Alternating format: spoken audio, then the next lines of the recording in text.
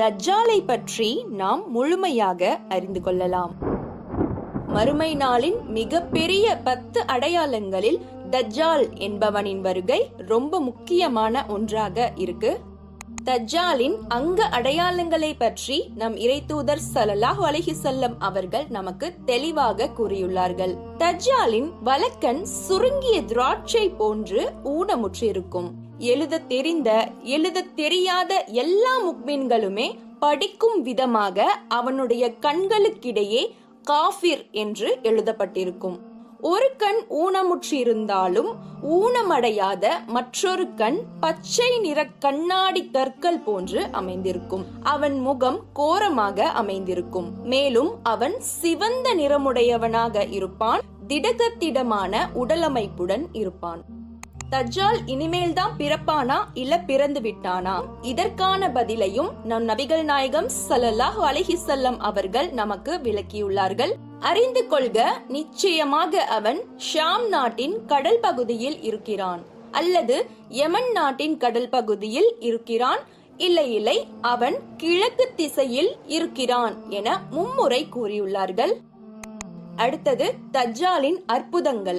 அவன் என்னென்ன அற்புதங்கள் எல்லாம் செய்வான், இதை பற்றியும் நம் நபிகள் நாயகம் ஸல்லல்லாஹு அலைஹி வஸல்லம் அவர்கள் நமக்கு தெளிவாக கூறி எச்சரித்துள்ளார்கள். மழை பொழியுமாறு வானத்திற்கு கட்டளையிடுவான், அது மழை பொழியும். முளைப்பிக்குமாறு பூமிக்கு கட்டளையிடுவான், அது பயிர்களை முளைப்பிக்கும். பின்னர் மக்களிடம் வந்து தன்னை கடவுள் என்று ஏற்குமாறு அழைப்பு விடுவான்.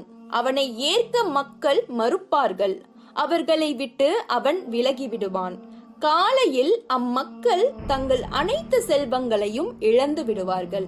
அவன் பிறவி குருடையும் வெண்குஷ்டத்தையும் நீக்குவான். இறந்தவர்களையும் உயிர்ப்பிப்பான். மக்களிடம் நானே உங்கள் இறைவன் என்று கூறுவான்.